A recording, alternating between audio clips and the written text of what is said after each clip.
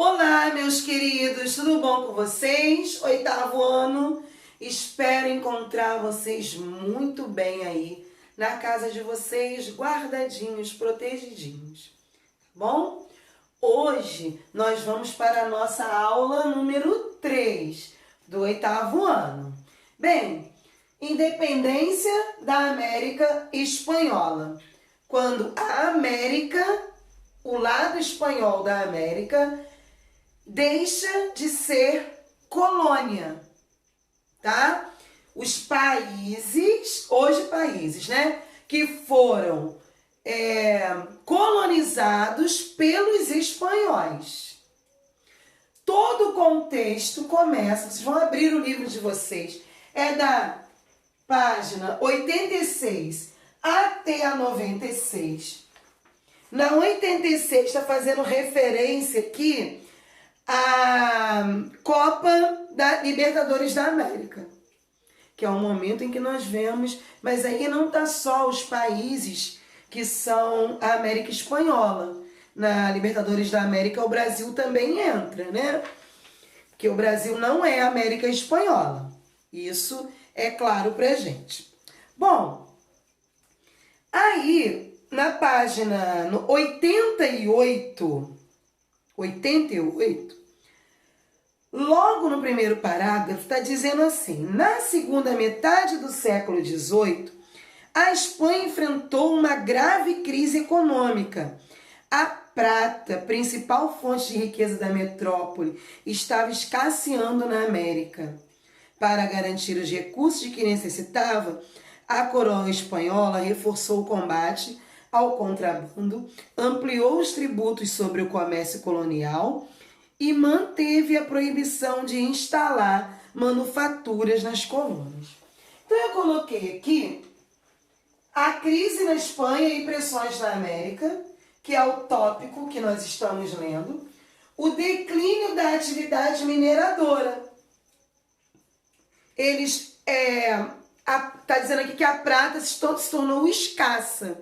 Gente, os recursos que não são renováveis, nós estudamos isso e falamos sempre sobre isso, um dia eles acabam. Então você vai explorar, mas ali não vai nascer prata de novo. E foi isso que estava acontecendo na Espanha. No último parágrafo está assim: irmãos compatriotas, a importância que as colônias inglesas da América deram ao combate pela liberdade, que agora gloriosamente as desfrutam, falando da independência dos Estados Unidos. Cobre de vergonha a nossa indolência. Eles, os norte-americanos e a Inglaterra, protegerão a justíssima causa de nossa honra, inusitada com injúrias que já duram 300 anos. A Espanha está enfraquecida. Seu principal apoio são as riquezas que nós lhe damos, pois que sejam recusadas e que sirvam para a nossa prosperidade. Qual é a ideia? Se a Espanha necessita das riquezas que estão na América, então eu paro de dar essas riquezas. E aí eu uso essas riquezas para o meu benefício, para o meu país prosperar. Junto com isso tudo que está acontecendo, lembra do Napoleão? Quem lembra? Semana passada falamos dele. Napoleão está tomando a Europa e invade a Espanha. Página 89. Maio de 1808. Napoleão ocupou a Espanha. Os espanhóis reagiram à dominação francesa e em algumas regiões formaram juntas de governo. O que eu quero dizer com isso? Com Napoleão invadindo a Espanha vai ficando mais fraca. E quem está aqui na América se beneficia com isso. Eles vão se beneficiar com isso.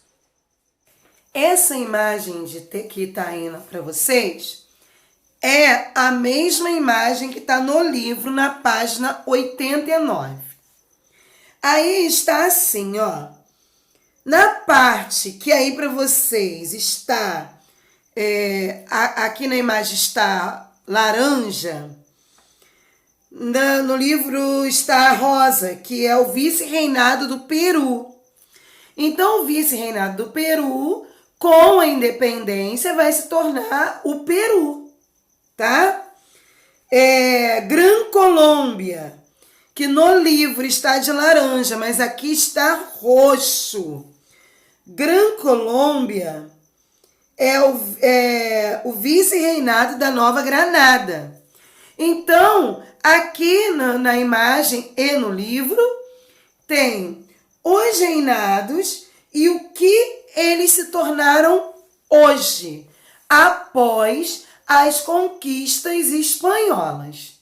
Tá bom? Esse mapinha da página que nós estamos estudando, página 89. Vamos para a página 92. Página 92 tem a luta pela emancipação do México. Região onde está localizado o México fazia parte do vice-reinado da Nova Espanha. O movimento pela independência política da região teve início em setembro de 1810, no povoado de Dolores. Naquele ano, o padre Miguel Hidalgo e um grupo de indígenas e mestiços passaram a lutar contra o governo colonial, iniciando a revolta que ficou conhecida como Grito de Dolores. Hidalgo defendia a divisão das grandes propriedades rural e a distribuição de terras, a supressão dos tributos sobre as comunidades indígenas e a abolição da escravidão. Liderando um exército formado por indígenas, mestiços e outras pessoas livres, pobres, ele seguiu para as cidades do México. Durante o trajeto, os rebeldes entraram em conflito com a força da coroa. Nesse confronto, muitos morreram ou ficaram feridos. Hidalgo foi preso em janeiro de 1811 e executado no mesmo ano, com o apoio dos crioulos e dos chapetones. Bom, o que eu não falei para vocês e que eu vou ressaltar agora. Página 88 tem o significado de crioulo. Crioulos são descendentes de espanhóis nascidos na América. Significado de crioulos. Significado de chapetones. Colonos nascidos na Espanha que ocupavam postos públicos importantes no governo, na igreja e no exército colonial. O movimento independentista do vice-reinado da Nova Espanha almejava, entre outras coisas, a divisão das grandes propriedades rurais e sua distribuição à população. Pode copiar.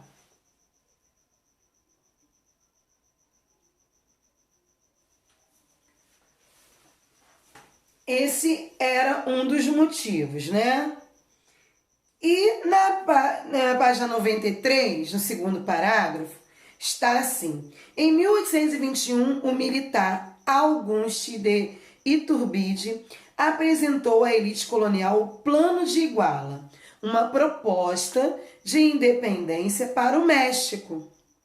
Segundo o plano, o Estado mexicano se tornaria uma monarquia católica independente, governada segundo a Constituição Espanhola, até que pudesse formular a própria Constituição. Esse foi o Plano de Iguala. Página 94. As independências na América do Sul. As independências na América do Sul.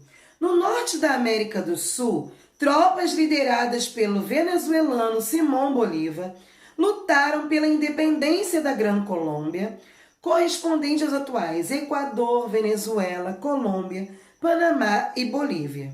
O principal líder no centro-sul foi José San Martín, que combateu nos territórios que hoje correspondem à Argentina, ao Uruguai, ao Chile e ao Peru.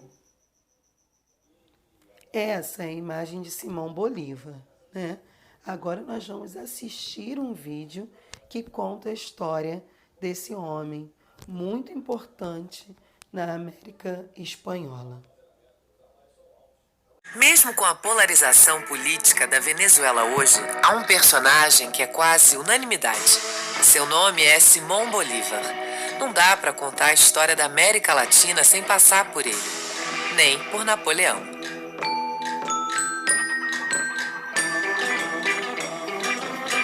A Espanha dominava a maior parte da América Latina no começo do século XIX. Em 1808, Napoleão derrubou o rei Carlos IV e colocou no lugar seu irmão José Bonaparte, o que mergulhou o império num caos político.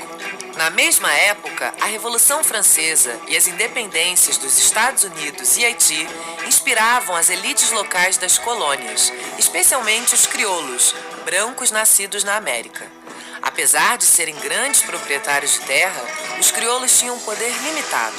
Quem mandava de fato eram os chapetones, espanhóis de nascimento. Quando Napoleão ocupa a Espanha, os crioulos reagem e criam as juntas insurrecionais, que questionam a legitimidade do império e revelam antigas rivalidades em conflitos armados. Mas esse quadro muda com a restauração da monarquia em 1814. Fernando VII assume e coloca mais lenha na fogueira ao tentar reconquistar os territórios perdidos. E é aí que surgem os libertadores da América, Simão Bolívar e San Martín. Herdeiro de uma rica família crioula, Bolívar estudou em Paris e foi bastante influenciado pelo iluminismo. Era tão fã de Napoleão que assistiu pessoalmente à sua coroação como imperador. De volta à Venezuela em 1807, tenta por 2 vezes libertar a região do domínio espanhol, mas acaba indo para o exílio na Jamaica em 1815. De lá, ele negocia o apoio da Grã-Bretanha para a causa e escreve a famosa Carta da Jamaica, onde explica o grande projeto de união da América Espanhola. Mas Bolívar só alcança parte desse sonho em 1821, quando se torna presidente da Gran Colômbia, que corresponde hoje a Colômbia, Equador, Panamá e Venezuela.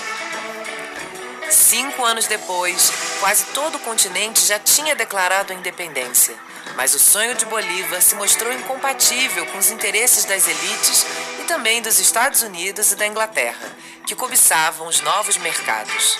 Em janeiro de 1830, Bolívar renuncia à presidência. Meses depois, a Gran Colômbia se divide e o sonho bolivariano de uma América Unida cai por terra. Para uns, ícone libertário, para outros, um militar aguerrido. Bolívar morreu em dezembro do mesmo ano, decepcionado com os rumos do continente. Mas o que ficaria para a história seria a imagem do conquistador, espalhada em cidades e monumentos mundo afora. Bem, agora que vocês já descobriram quem é o mito Bolívar, né? E entenderam esse contexto aqui da independência da América do Sul, vamos para os nossos exercícios, que hoje serão somente no livro. O primeiro exercício de hoje vai estar na página 89. Vamos lá? Número 1. Que fator contribuiu para que a coroa espanhola reforçasse seu domínio sobre as colônias americanas? Eu falei aqui já no vídeo. Coroa espanhola reforçasse o seu domínio sobre as colônias espanholas. Até escrevi no quadro. Que aconteceu, né? Para que a coroa espanhola reforçasse seu domínio. Número 2. Que reação é possível estabelecer entre as guerras napoleônicas e os movimentos de independência das colônias espanholas? Que relação é possível estabelecer entre as guerras napoleônicas e os movimentos de independência das colônias espanholas? O que tem a ver Napoleão e as guerras de independência? Próximo exercício, página 93. Identifique os principais objetivos do movimento independentista liderado pelo padre Manuel Hidalgo. Quais os principais objetivos desse movimento?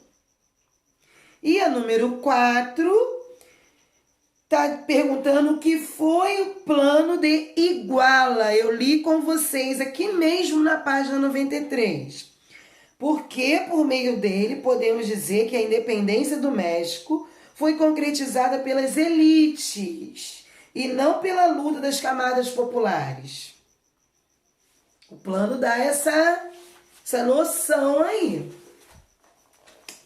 E a próxima página de exercício é a 95, que está assim. Por que Simão Bolívar é um personagem contraditório? Está falando de Bolívar, o mito.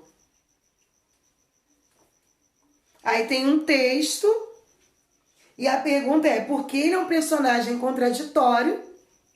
No vídeo que vocês viram ficou bem claro isso. E a número 2. A imagem ao lado reforça que ponto de vista sobre Bolívar? A imagem aí dele no cavalo, todo. Que imagem é essa que passa aí sobre Bolívar? Vamos conferir as respostas agora? Vamos lá? Número 1, eu perguntei: que fator contribuiu para que a coroa espanhola reforçasse seu domínio sobre as colônias americanas? Fator: grave crise econômica que assolou a Espanha a partir da segunda metade do século XVIII, por conta, sobretudo, do declínio da atividade mineradora na América Espanhola. Tá? Tudo envolvendo o financeiro. Número 2. Que relação é possível estabelecer entre as guerras napoleônicas e os movimentos de independência das colônias espanholas? Qual é a relação? Aí, em 1808, a Espanha foi ocupada pelas tropas de Napoleão e o rei espanhol Fernando VII foi substituído por José Bonaparte, irmão de Napoleão. Imediatamente se constituíram na Espanha as juntas de governo, formas de organização político-administrativa que se estenderam para as colônias espanholas da América. Os integrantes das juntas americanas, controladas principalmente pelos crioulos, passaram a reivindicar a ampliação da autonomia, mesmo após a restauração espanhola. Esse é o número 2 da página 89. Vamos para a página 93. Página 93, número 3. Identifique os principais objetivos do movimento independentista liderado pelo padre Miguel Hidalgo. O movimento almejava, além da independência do vice-reinado da Nova Espanha, a divisão das grandes propriedades rurais e sua distribuição à população, a supressão dos tributos sobre as comunidades indígenas e a abolição da escravidão. Número 4, que foi o plano Iguala, está aí na própria página 93. Foi um projeto criado por Auguste de Iturbide para declarar a independência do México, tornando-o uma monarquia católica em que se previa a elaboração de uma constituição. Dessa forma, a independência do México, mesmo após as revoltas populares, acabou sendo concretizada pelos setores da elite, unidos em defesa de seus interesses e privilégios. Página 95. Vai ser falado sobre a história em construção, falando sobre Bolívar, o mito Bolívar. Aí eu vou ler com vocês, porque lá no exercício eu não li, vou ler agora na resposta. A imagem de Bolívar como grande libertador da América do Sul se mantém até hoje. Muitos estudiosos e artistas criaram representações grandiosas do líder, enaltecido como um herói que fez grandes sacrifícios em nome da liberdade de seu povo. A figura do libertador, como ficou conhecido, foi usada, por exemplo, pelo ex-presidente venezuelano Hugo Chávez em seu governo de 1998, que aprovou uma constituição na qual uma homenagem ao líder foi acrescentada ao nome do país, tornando-se República Bolivariana da Venezuela. A imagem heróica que se criou de Bolívar, contudo, vem sendo questionada em estudos recentes sobre as posições políticas do líder. Para alguns pesquisadores, o projeto de unidade latino-americana era um perigoso sonho de ditadura pessoal. Bolívar, ao mesmo tempo que defendia uma educação pública, gratuita e obrigatória para a população, pretendia manter o poder político e econômico nas mãos dos crioulos, sem promover grandes transformações sociais. Para o jornalista colombiano Evelio Rosero, Bolívar também foi autoritário e cruel, pois comandou na cidade de Pasto, na Colômbia, em 1822, um massacre de nativos contrários à independência. Aí a resposta da número 1, que pergunta, a número 1 pergunta por que Simão Bolívar é um personagem contraditório?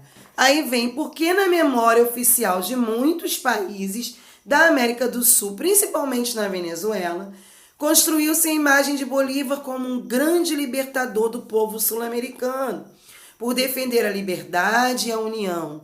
Muitos fatos de sua vida política, porém, revelam outro Simão Bolívar. As ideias sobre educação do povo, sem romper o poder dos crioulos, a falta de preocupação com os problemas sociais que afetavam a população e o massacre de nativos durante as guerras de independência são exemplos desse caráter contraditório de Bolívar.